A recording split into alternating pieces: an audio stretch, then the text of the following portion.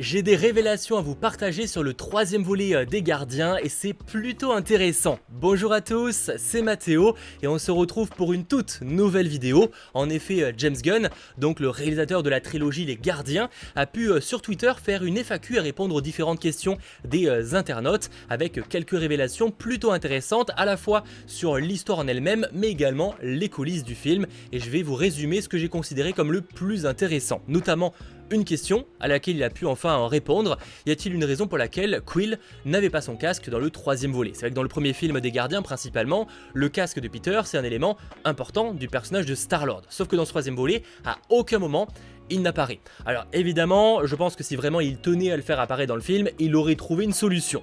Mais sa justification, dans l'histoire en tout cas, c'est que le casque de Peter est présent dans son tiroir de son bureau à Nowhere, et comme il doit partir très vite de Nowhere, il n'a pas pu récupérer son matériel, que ce soit son casque, mais également ses bottes jetpack. Il y a aussi, encore une fois selon ses dires, que Chris Pratt aurait été beaucoup moins à l'aise dans ses mouvements, surtout sur la scène du couloir, vous savez, ce plan séquence qui est quand même très sympathique en termes d'action, et pour mettre en avant cette alchimie entre les différents personnages, et que donc avec le casque, il aurait été beaucoup moins mobile. Dans les autres informations qui ont pu être partagées, cette fois côté caméo, eh bien James Gunn incarne un personnage dans le film, il incarne Longshot. Alors peut-être que ce nom ne vous dit rien et c'est en soi très normal, mais si je vous montre cette image, vous comprenez. Vous savez, c'est la créature dont une créature moins belle est présente derrière, vous savez. Eh bien en fait, il incarne Longshot, oui, le réalisateur du film, fait un caméo dans le film. Et autre caméo, là aussi franchement il fallait l'avoir, c'est Pete Davidson qui incarne ce gars, même si apparemment il a quand même une ligne de dialogue, ce qui fait qu'on aurait pu potentiellement le reconnaître.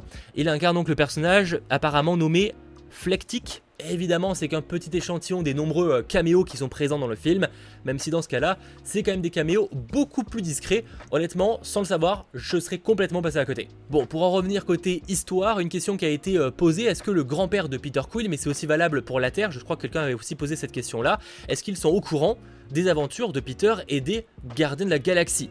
Eh bien, selon James Gunn, non, la Terre n'est pas au courant de ce qui existe dans... Enfin, si, ils sont au courant de ce qui existe dans l'espace, mais en tout cas, ils sont pas au courant de la présence et de l'importance des Gardiens de la Galaxie. C'est pas réellement surprenant, mais voilà, au moins c'est confirmé. Et il a aussi évoqué le cas de Annihilus. Est-ce que ce personnage, ce méchant de l'univers Marvel, a été à un moment envisagé dans le film Les Gardiens 3 en tant que créateur de Rocket? Eh bien oui, il a confirmé que oui, Annihilus a été envisagé à un moment dans le film, mais au final, il a préféré le maître de l'évolution. Forcément, une histoire ça évolue, t'as des idées, tu penses à plein de choses.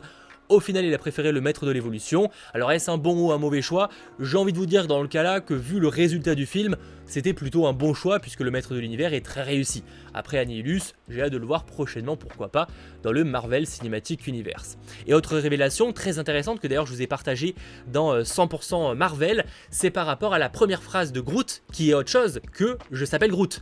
Peut-être que vous êtes passé à côté, mais pour la première fois, Groot dit « Je vous aime les gars ». Vous savez, c'est au moment où tous les gardiens se séparent, qu'ils se font un grand câlin à la fin du film, et bien il dit « Je vous aime les gars ».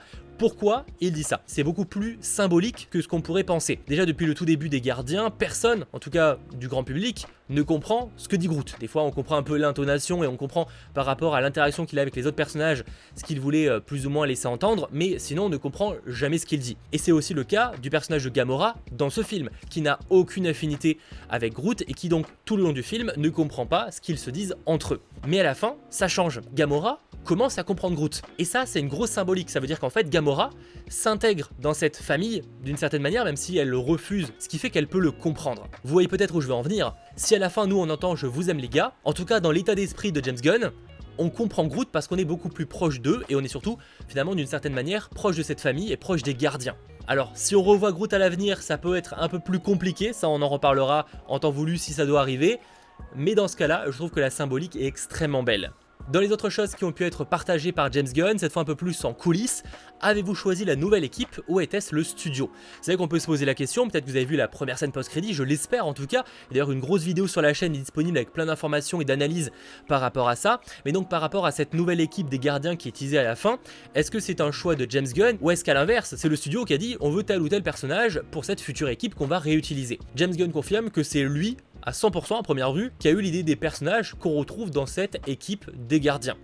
En parlant d'ailleurs de l'implication de Disney et donc de Marvel Studios dans le film, on lui a demandé s'il avait dû se battre ou encore négocier dur avec Disney pour avoir toutes ces scènes plutôt sombres qu'on a dans le film, et il est vrai que Les Gardiens 3 est finalement très sombre. Je pense notamment au moment où on enlève le masque du maître de l'évolution, il y a plein de scènes comme ça qui dans certains Marvel seraient peut-être pas passées. Dans le cas de James Gunn, apparemment, oui, ils étaient très ouverts à ça et il n'y a eu aucune négociation dure. D'ailleurs, on parlait de l'implication juste avant. Vous savez peut-être qu'une seconde saison à Je suis Groot est en préparation, donc vous savez, cette petite série d'animation. Êtes-vous toujours impliqué? Alors oui, on aura toujours cette seconde saison, par contre non, apparemment il n'est plus impliqué. Alors déjà dans la première saison il était très peu impliqué, je crois qu'il a juste un peu supervisé le truc de très loin. Là apparemment il ne l'est carrément pas. Et tant qu'on est sur l'implication, avez-vous eu des conversations avec Marvel à propos de leur plan pour les gardiens maintenant que vous en avez terminé? Oui, il a eu des conversations avec Marvel. Qu'est-ce que ça veut concrètement dire? Est-ce qu'il y a eu des conversations sérieuses? Juste, vous allez faire quelque chose? Non. Ça c'est une discussion. Ou est-ce qu'il y a eu vraiment de gros échanges pour savoir concrètement les plans précis qu'ils ont pour l'équipe? Eh bien ça malheureusement, patience pour le savoir. Pour presque terminer, bien plus en vrac, y a-t-il des scènes supprimées avec Layla, Rocket, etc.? Non, ça James Gunn dit que non, même de manière générale, non, apparemment selon lui il n'y a pas déjà de Director's Cut, Director's Cut c'est le film qui est sorti, et il n'y a pas de version étendue au film prévue non plus parce que le film tel qu'il est sorti est selon James Gunn comme il avait imaginé au complet. Et pour réellement terminer, oui, la version Blu-ray etc. proposera une version commentée du troisième volet des Gardiens, on peut s'attendre à avoir quelques informations et anecdotes plutôt intéressantes. Voilà plus ou moins ce qu'il fallait retenir de cette FAQ faite par James Gunn. J'espère que cette vidéo vous aura intéressé et si c'est le cas, eh bien n'hésitez pas à lâcher un petit pouce vers le haut, à vous abonner. C'était votre geek Mathéo, ciao tout le monde.